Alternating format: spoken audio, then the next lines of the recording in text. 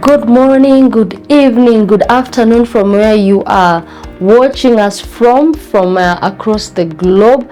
I am back with an amazing discussion on identity that I want us to just engage and share a bit of what identity has been and meant to me. So my name is Susan Kibe at Sulu. I am born again. I love Jesus. I am a child of God. I am a product of grace, and I'm a girl that has gone through the seasons and the series of identity, in ways that I just found my way. And today I wanted us to engage on what is identity. How is your identity formed? What can affect your identity? Why is it important for you to have an identity? And so identity is basically who you are. And who you are is formed by many things: your ethnicity, where you're coming from, your race, religion, family background. It can be formed by social beliefs, and also all that. There are things we can change and things we cannot change. Like, you cannot change where you come from, you cannot change your family, you cannot change the parents who brought you to the world. So once we understand what we can work on and what we cannot change, then we are able to adjust and fit in our identity. So identity is basically who you are, and identity forms a very huge part of our lives. Identity defines who we are. Identity defines who we become, how we relate with people. If you're in a position of leadership, how do you handle people? If you do not if you're not in touch with your identity, you cannot be an empathetic leader. So you'll be wondering why someone is struggling with a matter, But once you know who you are, once you understand your identity, you are even able to engage with people in a healthier way. And identity is also a major role and major factor even towards the issues of mental health and mental illness, because only a person with a healthy identity can be able to avoid mental health issues. And also, when you realize like there's something not going well, you are able to pick it and seek help. And so identity is important in our day-to-day lives, because who I am is a unique feature. Nobody has an identity that resembles the other person. God created us in his image and likeness, and all of us, our identity is different. That is why they tell us even our fingerprints, like for me and my children, our fingerprints are totally different, because that defines who you are. And so once you're sure of your identity, you are able to flow, you are able to relate with people, you are able to see when there's a problem. Like in my journey of life, when my identity was affected in various seasons, like one time I had an issue with my legs, and I had I used to belong to a group of people that I should not have been there. When I was born and I had an issue with my legs, I had to wear special shoes. I had, sometimes people look at you different, so your identity can also affect you if people's perceptions get into you. But you see, once you understand that it's a stage of life and it is not permanent. In my case, I think by the time I was 4-5, I was done with the special shoes and all, because so I had one identity at that time when I was growing up. I had a file at the Association of the Physically Disabled of Kenya. Can you imagine? When I was born till around 3-4 years thereabout. And so that is an identity that was acquired, because that is not how God created me, but something happened as I was growing up and I ended up there. So identity can be the way you were born. Identity can be acquired based on perception of how people treat you, the things you allow people to say to you. That is why it is important to create and build positive and healthy relationships, because if you hang around people who keep telling you negative, demeaning things, it will affect your identity negatively, And so identity is built also by our relationships. Once you have gotten this basic identity, where I'm coming from, my parents, my background, my culture, my race, from there you have a responsibility to build onto where you have found yourself, to shape your identity to what you expect it to be. And so I moved from the Association of the Physically Disabled. And then I remember when I was in high school, I had an issue. I was anemic at some point. So I was this like special child. You don't go for assembly, you don't do many things. If I stand for long, I will faint. It was another identity that almost affected the original identity that I had acquired when I was born. So see, even healthy conditions that can come in terms of acquired identities can affect who you are. Because for some time, I think I appeared like I wouldn't want to say a sickling, but this child that everyone is looking out for. Have you eaten? Have you taken medicine? Have you, and so if you are not able to build a healthy identity on who you are, seasons of life and situations can come and form another identity, and like take out from what you already are. And so once you understand who you are, you understand who are my friends, understand the conversations I'm entertaining around me, because conversations can also form who you are. That is why we should be careful on what we listen to, what we engage in, what we allow, because our identity has to be a healthy identity. And an identity also forms our self-esteem. And for a normal human being, for you to operate at optimum, you're supposed to operate on a healthy self-esteem. There is low self-esteem, which is not optimum. Then there is healthy self-esteem, and there's a esteem that is overrated. You feel like you're walking on people's heads. That is not a healthy self-esteem. So once your identity is sure and secure and healthy, then you operate at optimum of a healthy self-esteem. You are able to interact with people. You are able to know which comments to pick, which ones to drop, and you are able to understand that what people say does not define you. And let me even come closer. When I have walked in this journey with a lot of my friends, a lot of women, I have seen us, especially as women, I have seen us speak identity from who we are. I am a mom. Like I said, I am a mom. I am a wife. What happens when the children leave the nest? Does your identity change? In an unfortunate situation, if the marriage does not work and I am no longer Mrs. Somebody, does that shape your identity? That is why identity has to be so personal that beyond being a mom, beyond being a wife, I am this human being that God loves. Know what you love, know what you like to do, know your strengths and weaknesses, and then as you build on that, it makes your primary identity solid, such that all these other things we acquire in form of titles, even if they are taken away, your identity is not shaken.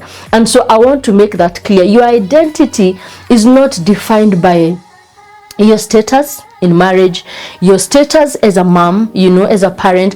That does not shape or define your identity. So your identity is really who you are, who God created you to be. And unless you understand that identity, you will be denying the universe the purpose of which God intended for you when you were created. So once you understand your identity and you have a healthy identity, you will be able to show up. You will show up regardless. Are the children misbehaving or they are still okay? Is the marriage blossoming or are we struggling? You will still show up because your identity is sure. And identity is so crucial, such that even Jesus Christ, the Son of God, needed to, feel that affirmation from the Father. The Bible says that when Jesus was baptized, as he went into the water and came out, that there was a voice from heaven that says, "This is my Son, whom I am well pleased. Listen to him." By the voice of God talking over his Son Jesus Christ, there was affirmation, acceptance. Those are things that build identity. Affirmation builds identity. You want to hear a good report. You want to hear you are beautiful, you are doing well. And that is even when we are raising our children, we are encouraged to keep telling them these things. Let them hear it from home. Let the girls hear from their daddies. "Princess, baby girl, you're beautiful. I love that hairstyle. You look amazing in that dress." By the time they hear it outside, they have already had it from home.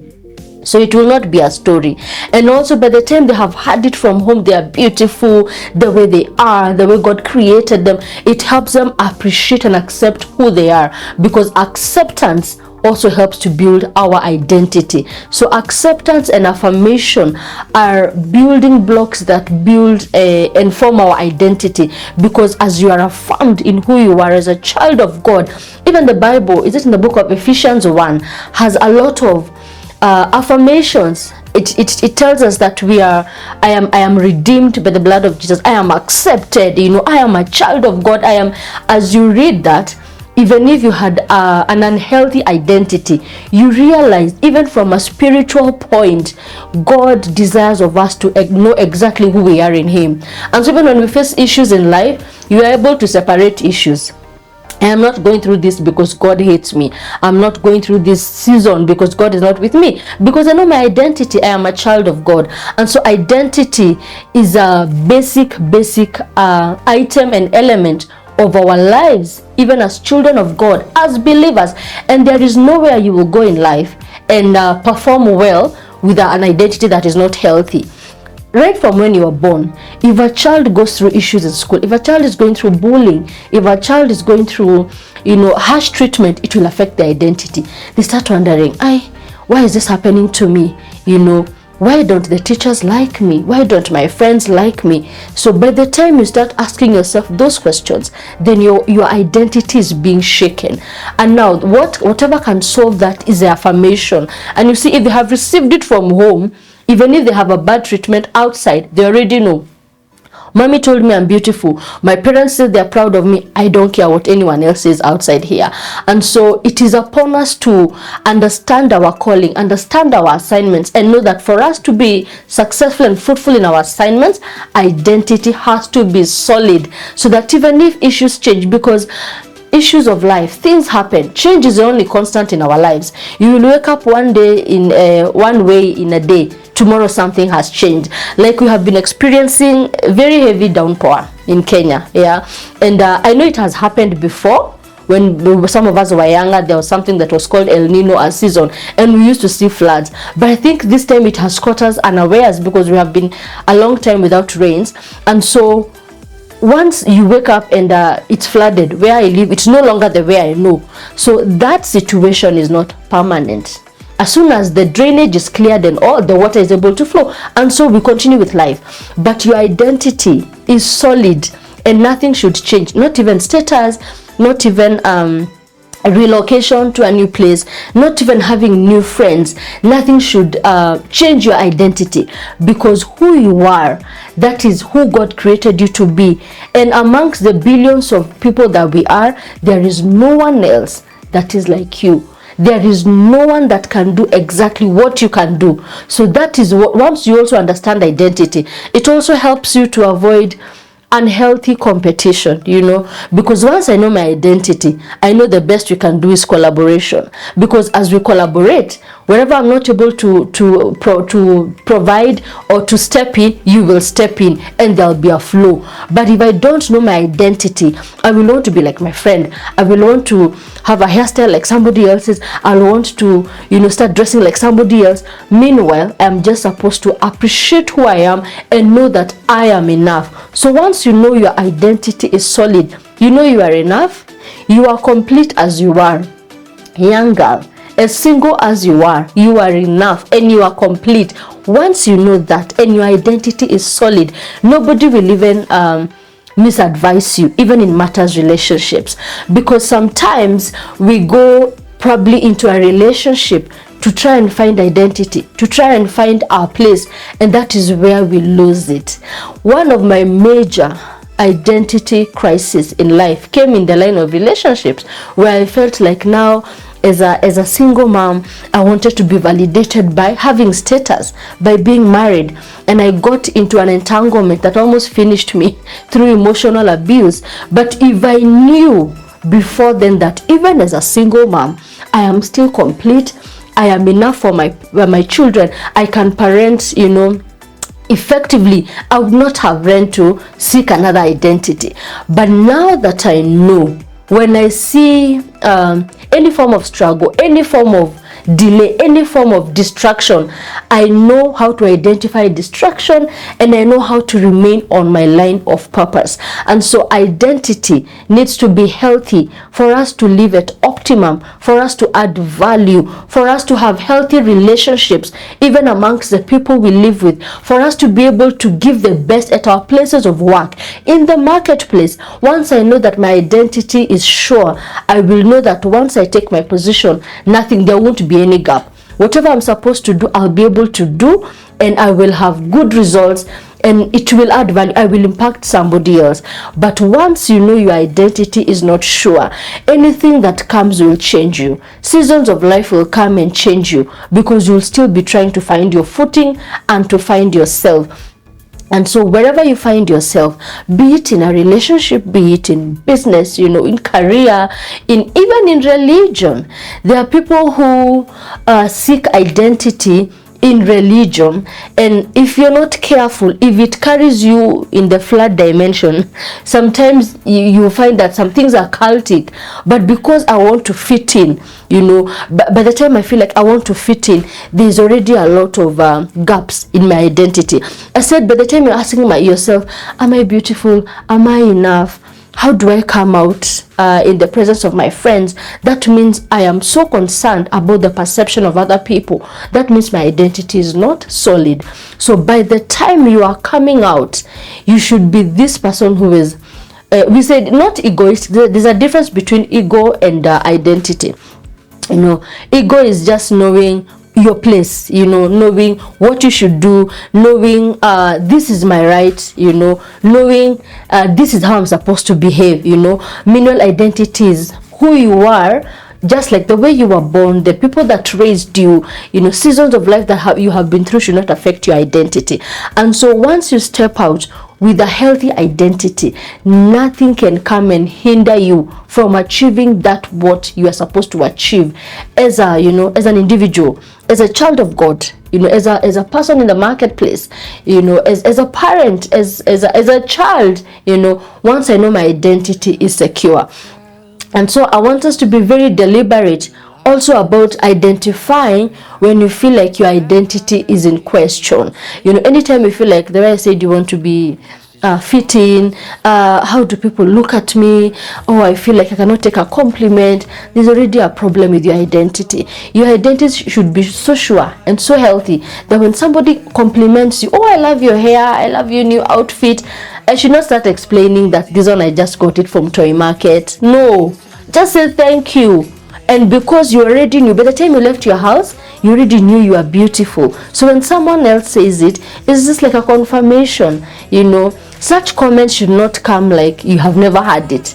Another way of also building our identity, other than acceptance and affirmation, is understanding the things we cannot change, like our background. I cannot change my parents. I cannot change my race, where I'm coming from, And so once I embrace what I cannot change, I am able to move forward, working on what I need to improve. Of course, there are things I'll feel, here I need to improve on this. This is my strength. In this area, I'm not very strong. So once you identify what you are not strong at, that is where we seek help. Do you need to find a coach? That is where we seek help. Do I need to go back to school? If probably I have an issue with public image, public speaking, I can go to school, and train as a public speaker. If probably I have an issue with a health issue, probably because of my weight, I'll start looking at what am I eating, healthy eating, dieting. Do I need to fast? Whatever you need to do so that you can be able to operate at optimum in your identity. And so as a child of God, number one, we need to know that God himself, who is our Father, looks at us and sees us as his children, as his sons. So it does not matter what anybody else says or what anybody else tells you, but that should be clear for you, that you're already a child of God, that you are loved, that you are accepted. You need to know as a young woman, you are beautiful. And so there is nothing you will do or not do that will change who God created you to be, because that is your identity. Anything you need to do, even to enhance, should just be enhancing, but it should not be because I feel like I'm not enough, so I need to add this and do this, take medication to add this. No, some of those things will come and work to our disadvantage. And so as we go through the journey of life, identity is key. Identity defines who you are. Identity defines a lot of things about who you relate with also, because there are places you will avoid entirely once you know who you are, and once you are sure in your identity. There are relationships you will cut, because you also don't want to be in environments that are toxic. You don't want to be in environments that do not appreciate who you are, because we said to build a healthy identity, you need to build positive and healthy relationships. You need to be among people who appreciate you, people who tell you, the good things of life. As we go on in life, you need to encourage more and more of positive vibes around you, because negativity is contagious. If you keep listening to negative things, oh, you're not beautiful, oh, you are your body size, you're plump, you're looking chubby, you don't look good, you'll start even dieting to the extreme where now it becomes a sickness. You cannot even eat or hold anything in your body. But once I know I am okay, am I a plus size? Oh my goodness, I'll appreciate myself as the plus size I am, so long as my health is not at risk. So that can only happen when your identity is secure and sure. And so I want us to be deliberate on how to work on our identity. And if you realize there's an issue, that probably my social identity, I don't know how to behave in front of people, or you don't know how to take comments from people, then you need to do a self-reflection, know where you missed it, and know what you need to work on. As we said, there are things we can change, there are things we cannot change. Anything about improving my speech, probably my character, my skills, you can change, because all those things form our identity. How you speak forms your identity, because you'll also be classified amongst a category of people for speaking in a certain way. So there are things we can change and there are things we cannot change. How do I parent my children? That also gives me an identity as a mother. So if I need to go for classes, I will. Like I have been doing sessions for blended families through Nairobi Chapel Blended Family Support Network, because I want to know how do other blended families run their families. And so anything you need to improve on in terms of skill, in terms of something to grow you in your career, because also your career identifies who you are, and you are living in a time where, because of the competitive edge, as we climb the corporate ladder, you feel like it also boosts you. But remember, that is just acquired identity. It is not the primary identity. The primary identity is who you are, who God created you to be. And when you are born, that is when your identity started. And that is why I was saying there are things we cannot change. Primary identity, you cannot change your background. These are not things you rise up from and either build on or improve what needs to be improved. And so I'm looking forward to an engagement on maybe a question on identity, comments on identity. Have you had an identity struggle? Have you had an identity crisis? How do you handle it? Because the more we overlook things, the more we close our eyes, the more we ignore the cry that is out there, the more the numbers are rising in mental health issues. And we have seen a lot even of suicide cases, even in this nation, even amongst the young people. I think we never used to have such numbers like me when I was growing up in the earlier years. Nowadays, a lot of things are happening that before you know it, they already went overboard. Somebody committed suicide. Somebody has sunk into depression. And when you look at the genesis, sometimes it's an identity issue. Just because another child said, oh, our family is like this, I don't know, we do things like this, and it affects them, they don't know how to handle it. So please, we decided that we are going to live our lives in an authentic way, where if there's a problem, there's a problem. And for us to have a sure and healthy identity, it is okay not to be okay. And it is good to accept that it is okay not to be okay. So once you identify and agree that, then you're able to see where you need to seek help, where you need to, maybe I need to pray, I need to ask God to affirm me in one way or the other, and God will use people, where you need to go to school and improve a part of, probably if it is skills, a part of whatever you need to improve on, that you can work on, by all means do it. anything that will help you to have a solid and a healthy identity is encouraged to do. Do I need to join a support group? Do I need to see a counselor, a therapist on a matter? Whatever it is that you need to do, it is advisable to go through it, so that we can be able to accommodate ourselves in the spaces that we find ourselves in, and so that we can be able to even interact with people in the best possible ways. And it will also help us to be able to know which comments to shut, what to allow in our spaces and what not to allow. So I'm looking forward to engaging with you, my viewers. I'm looking forward to questions, comments, clarifications on identity, so that we can be able to move forward, and so that we can be able to live a healthy life with healthy identities and live at optimum level, giving the best as God expected us to do. So God bless you. I look forward to an engagement, and until next time, bye bye. Stay safe with a healthy identity. God bless you.